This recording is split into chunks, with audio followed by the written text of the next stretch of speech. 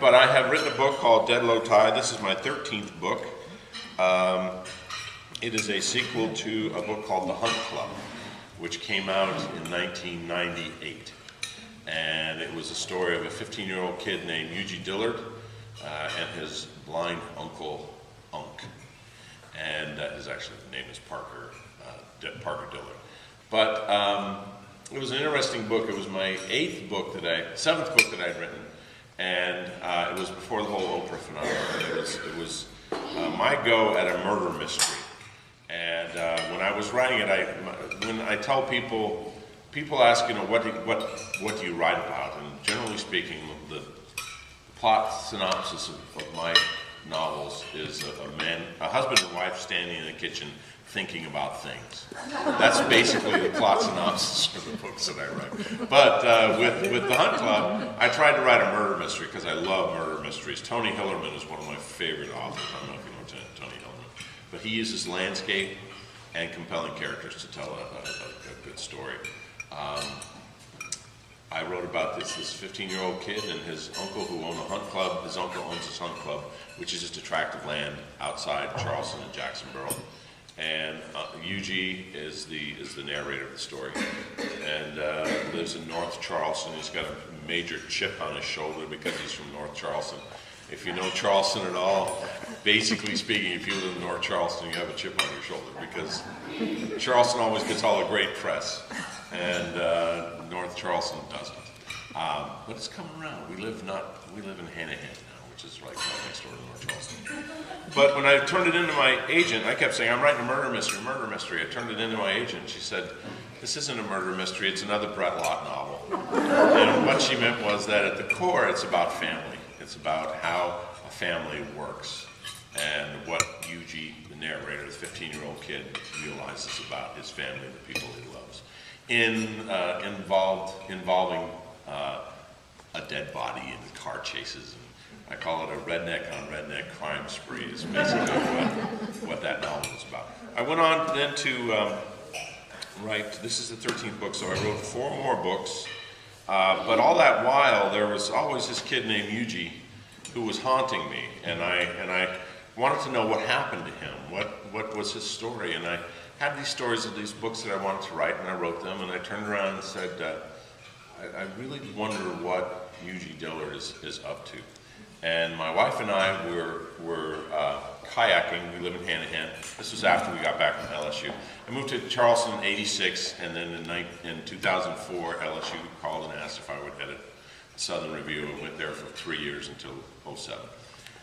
We lived in Hanahan, still live in Hanahan, and Goose Creek is right in the middle of Hanahan, and we were kayaking on Goose Creek, and we came up on this little bluff on Goose Creek and looked up, and there's this big mansion up here. And I don't know if you guys know, if you've ever heard of Yeaman's Hall. Has anybody heard of Yeaman's Hall before? It turns out that was Yeaman's Hall. I had no idea what Yeaman's Hall was. It's this very, very elite piece of property that was purchased. It was actually a plantation from 1670 to 1922, and the same family owned it that entire time. They sold it to a conglomerate of Northerners who decided they wanted to make this little spot their winter playground. And they built a golf course out there in 1922, which remains as one of the top 100 private golf courses in America. And if you go to my house, you'll drive past Yeaman's Hall Road, and you look down this road, and it's just this bushy trees, and there's kind of a slightly askew sign, yellow, rectangle sign that says "Road Ends," and that's where Yeaman's Hall is. And you cannot get in this place. This is very, very. There are photographs of JFK when he was an ensign in the Navy playing golf on this course. This is the crowd that developed this area. And I'm just this guy kayaking along with my wife, and I look up and see this big mansion. I'm thinking, what is that? So I got home and looked on Google Maps and found there's this beautiful golf course in this extraordinary community. Did all my research and everything, and all of a sudden I thought, oh, let's find a dead body on this place. And that was all I needed for Unc and Eugene to take off and to begin their story. The story is that Yuji is now 27. He's older. There's some odd sorts of books that are sequels and you know, series where I think is it Sue Grafton that does the character never gets older. It's always the same age, and I thought that's kind of weird. So I decided I would have passed, you know, the 12 years that had actually passed in my life to see what Yuji was up to. So the story is that Yuji is 27 years old. He thought he was really smart. He was a very intelligent kid, but and he gets into Chapel Hill, and he got up to Chapel Hill, and he got his butt kicked up at Chapel Hill, so he drops out and moves back in with mom and dad. So we have a 27-year-old living with mom and dad, basically, is the story inside this novel, and of course a body that they find out on this property. It also turns out that they live out of this property.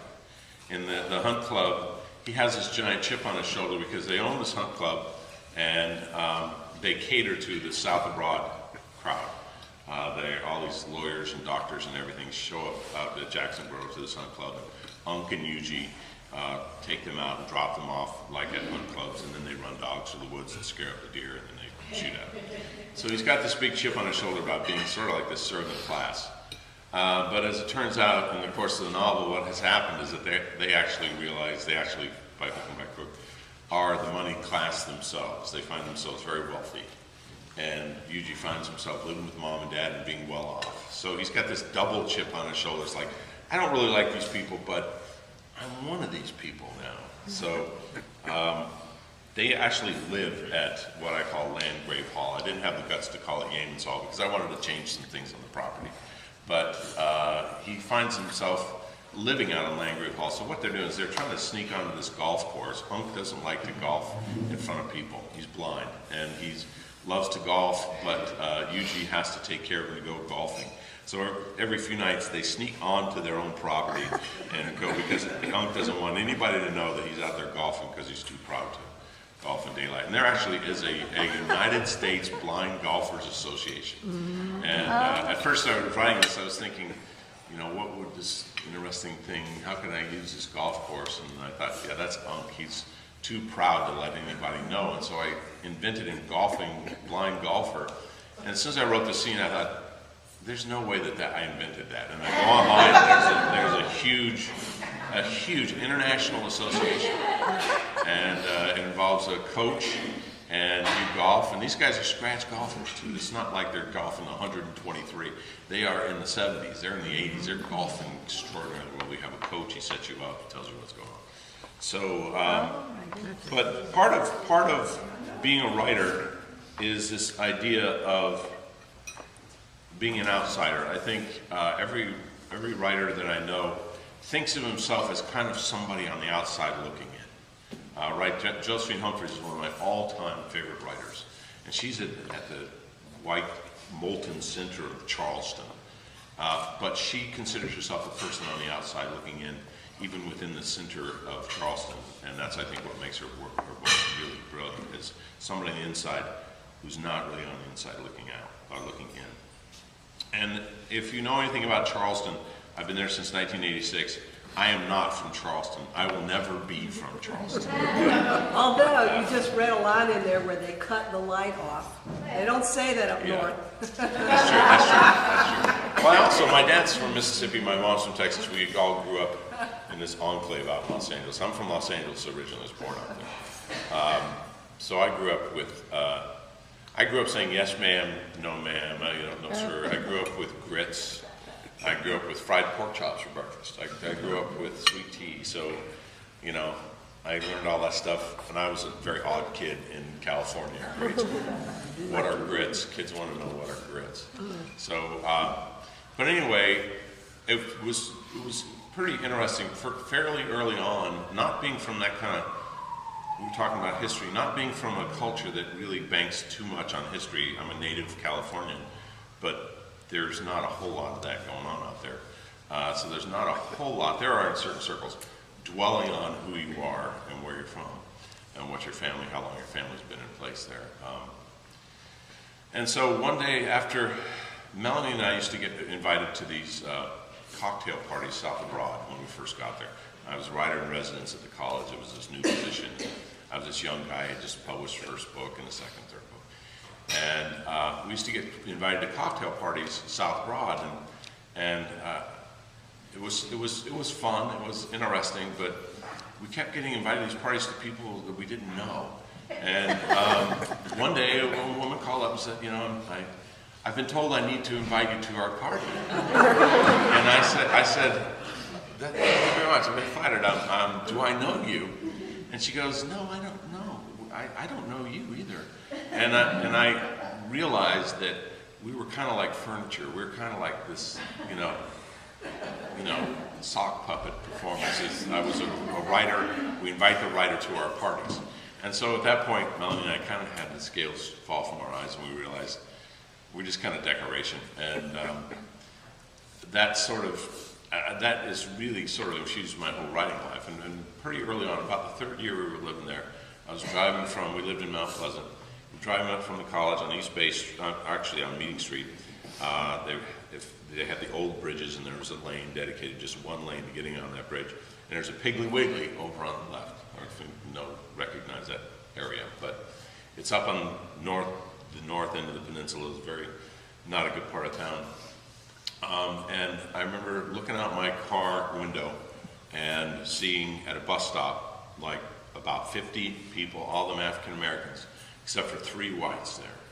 And one was, it was a young man, you know, a couple, anyway, had jeans, no t-shirt, no shirt on, and a cowboy hat.